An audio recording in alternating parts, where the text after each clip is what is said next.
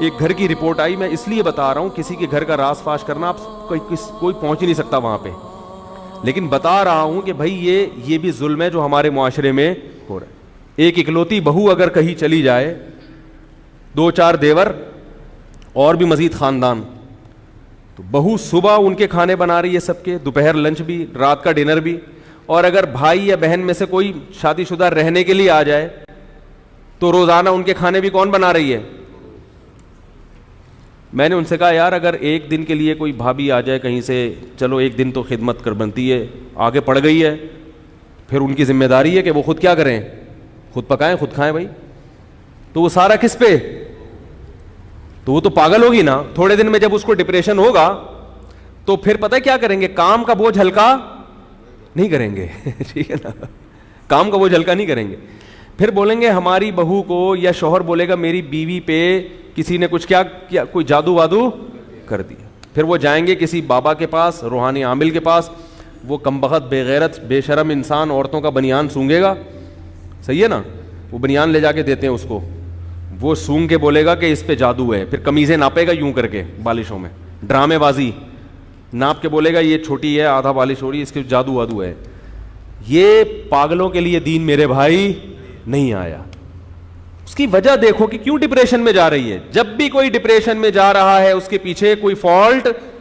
عورت اگر پاگل ہوتی ہے نا نفسیاتی, یا تو شوہر کا قصور ہے, یا باپ کا قصور ہے, یا ساس نے کیا ہے اس کو, یا نندوں نے کیا ہے, یا جٹھانیوں نے. اس کے علاوہ عورت کو پاگل کرنے والا مارکیٹ میں اب تک پیدا بولو بھائی, کیونکہ عورت کا واسطہ انہی سے پڑتا ہے.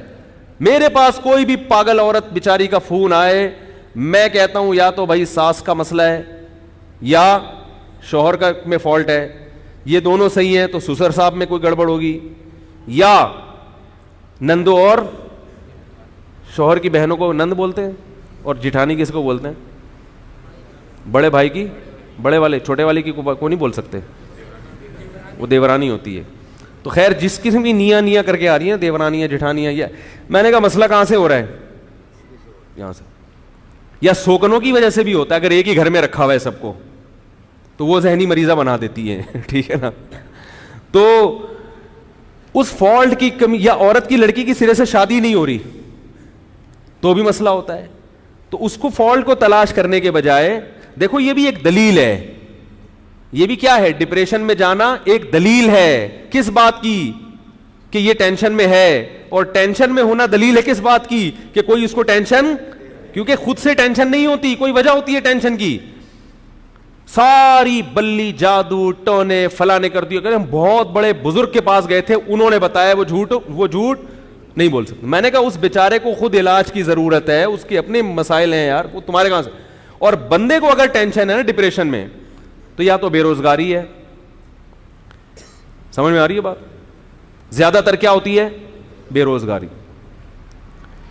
روزگار ہی نہیں مل رہا ہو تو بیچارہ سڑکیں ناپتے ناپتے, یا آمدن کم ہوتی ہے جس کی وجہ سے وہ صبر کا مادہ ہوتا نہیں ہے, پھر چاروں طرف سے گھر سے بھی تانے, بیوی سے بھی تانے, باہر سے بھی تانے, ٹھیک ہے نا, پان گٹکے کے پیسے لوگوں سے مانگ رہا ہوتا ہے. تو اکثر یہی ہوتا ہے, 99.99% یہی ہو رہا ہوتا ہے. لیکن ہم لوگ تو, اس لیے میں کہتا ہوں کہ میرے بھائی یہ دین جو نازل ہوا ہے, قرآن کیا کہہ رہا ہے؟ لآیات لأولی الالباب, عقل والوں کے لیے ہے, پاگلوں بے وقوفوں کے لیے نہیں ہے. لوگ کہتے ہیں ہمارے حضرت اتنے نیک ہیں ان کو پتہ ہی نہیں کچھ. ان کو تو ہمارے حضرت جو تھے نا بڑے ذہین تھے, وہ فرمایا کرتے تھے جس بزرگ کے بارے میں لوگ یہ کہنا اتنا نیک ہے اس بیچارے کو پتہ ہی نہیں, سمجھ لو کہ وہ نیک نہیں ہے, کیا ہے؟ پاگل ہے ٹھیک ہے نا. اس کو لوگ سمجھ رہے ہیں کہ یہ نیک ہے, حقیقت میں وہ کیا ہے؟ کیونکہ جس کو پاگل کہہ دیا وہ نیک ہو ہی نہیں سکتا.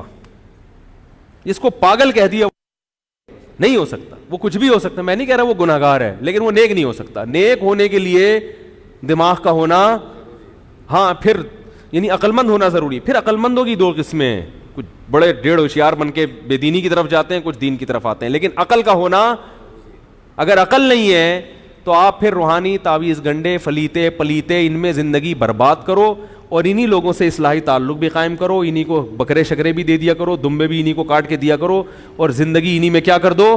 برباد. حاصل ہونے والا کچھ بھی نہیں ہے, کچھ بھی حاصل نہیں ہونے والا.